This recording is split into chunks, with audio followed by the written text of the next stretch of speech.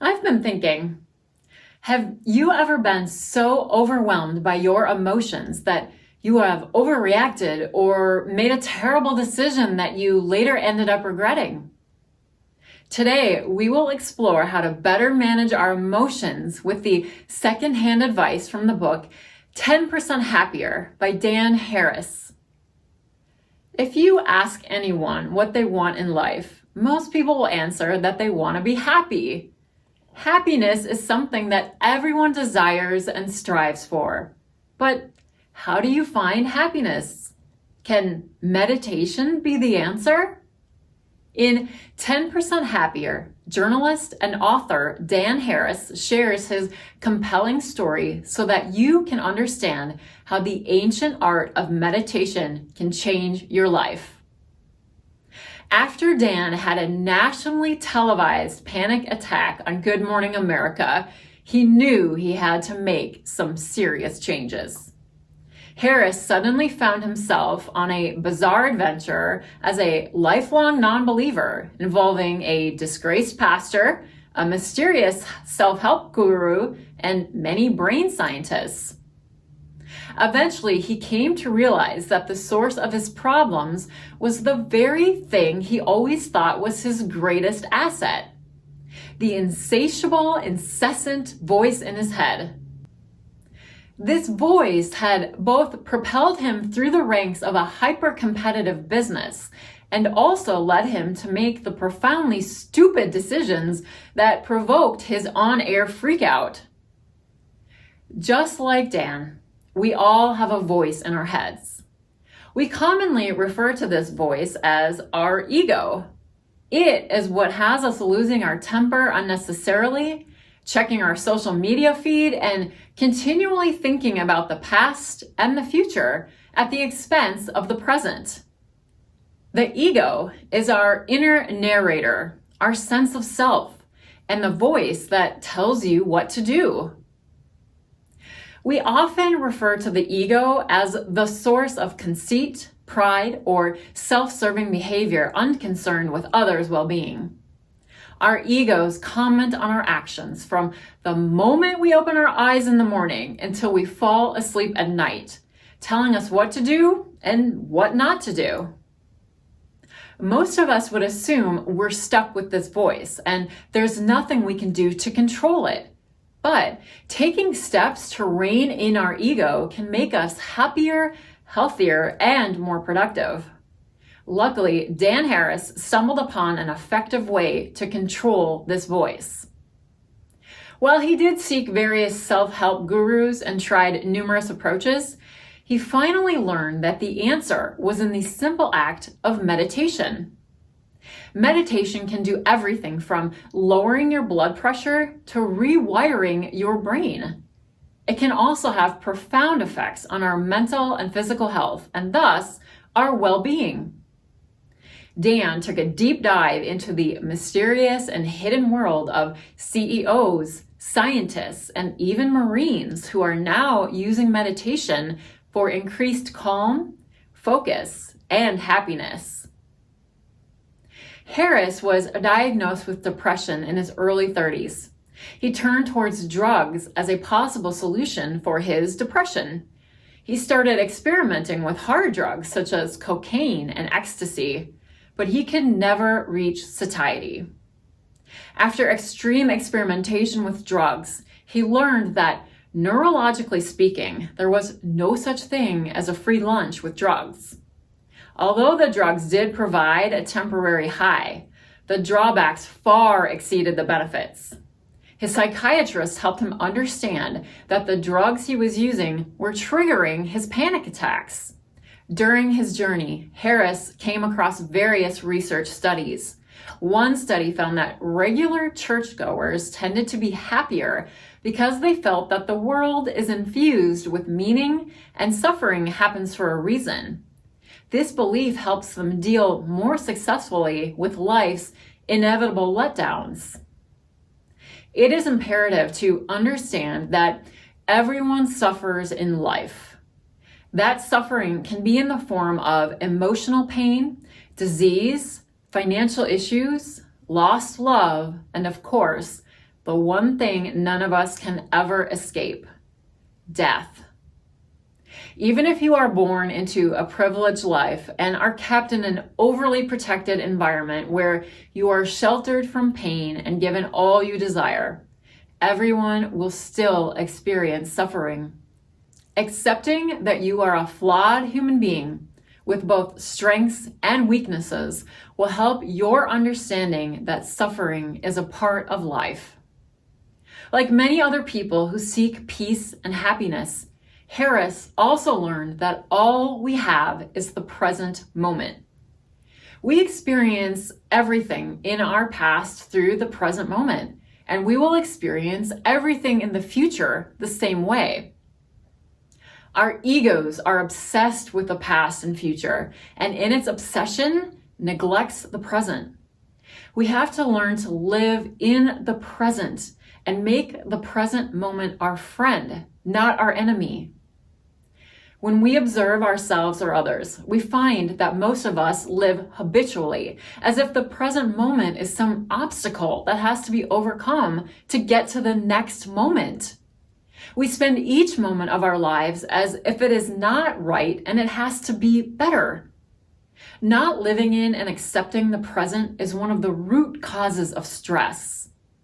Most people carry this behavior throughout their lives, resulting in lifelong anxiety and unhappiness. Your ego continuously compares your worth against others' beauty, wealth, and social standing. According to your ego, no matter how smart, wealthy, or attractive you may be, there's always someone more intelligent, more beautiful, or more successful. The ego's solution is to make you strive to be a better person. But after achieving all that your ego wants, it will never be happy. Look no further than all the rich, famous, and fortunate people who have become addicted to drugs, committed suicide, or otherwise ruined their lives. We can learn to control our egos by practicing meditation. While doing so, we learn a valuable skill called mindfulness. Mindfulness is the ability to respond and not react to our environment or our impulses. Meditation increases mindfulness by teaching us to view our mind's contents with non-judgmental distance. This practice led Harris to an interest in Buddhism. Buddha's central thesis was that in a world where everything is continuously changing, we suffer because we cling to things that won't last. Buddha's teaching revolved around the idea of impermanence.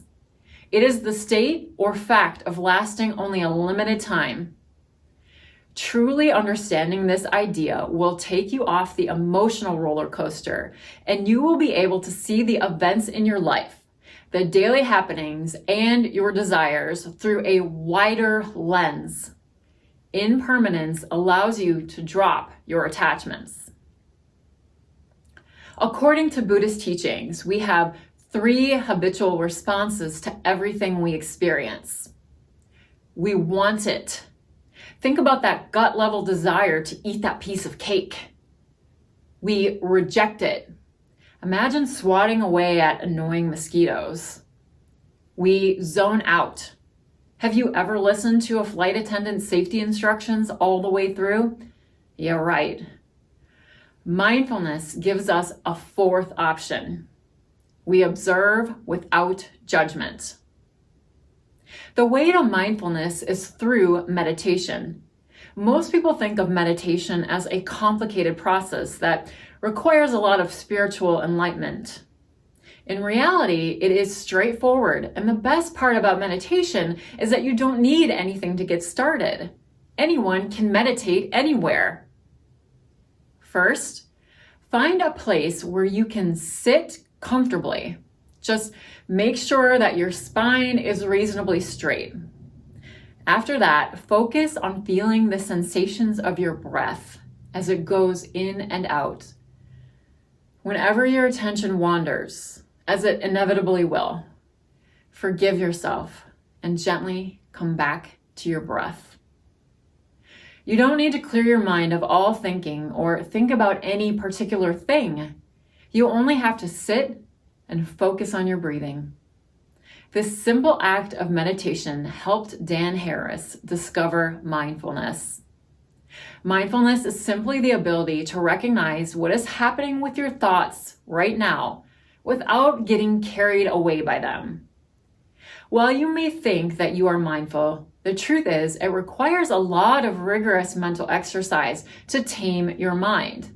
And meditation is one of the best practices to achieve mindfulness. Understand that you cannot control what comes into your thoughts. It all arises from a mysterious void. The only thing that you can control is how you handle what appears in your mind. And this is precisely what mindfulness helps you do better. After understanding mindfulness, Harris started to experience choiceless awareness. He found that he could focus on whatever object was there with total ease and clarity until he could replace it with something else. He discovered that there is something about the act of being present and awake in this way that produces a gigantic blast of serotonin in the brain. Mindfulness also changes our biology. A Harvard MRI study observed that people who had taken an 8-week mindfulness course through meditation had developed thicker gray matter in the areas of the brain associated with self-awareness and compassion. Also, mindfulness training appeared to shrink the regions of the brain related to stress. Other studies have shown even more apparent health benefits. Meditation can be beneficial in battling major depression, drug addiction, binge eating, and smoking. Meditation can also lessen the effects of ADHD, asthma, and even psoriasis. Research also suggests that the mindfulness practiced during meditation can spill into everyday life, leading to increased patience, empathy, and compassion.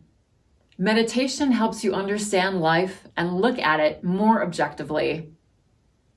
Meditation will not magically solve all of your problems.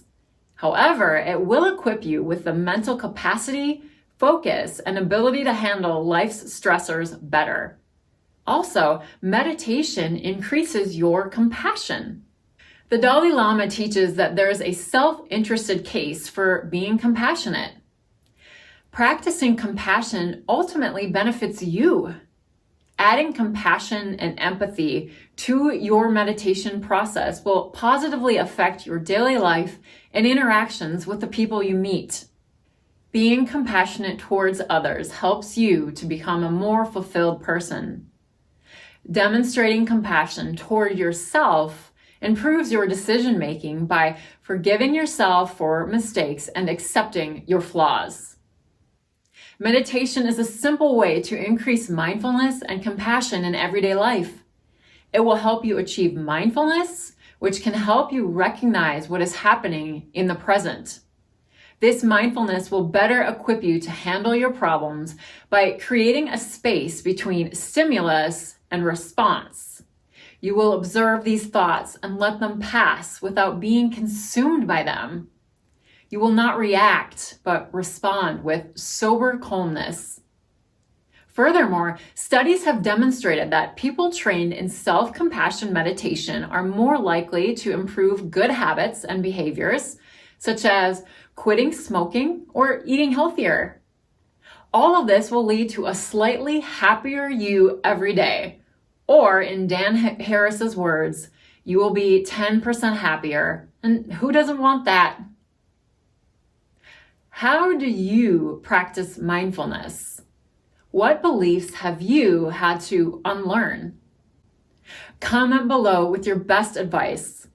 Please be sure to like and subscribe as well. And thank you for watching. We can all find happiness in even the simplest ways. Here are a few things which bring a bit more joy into our lives. having a public restroom all to yourself. Yay!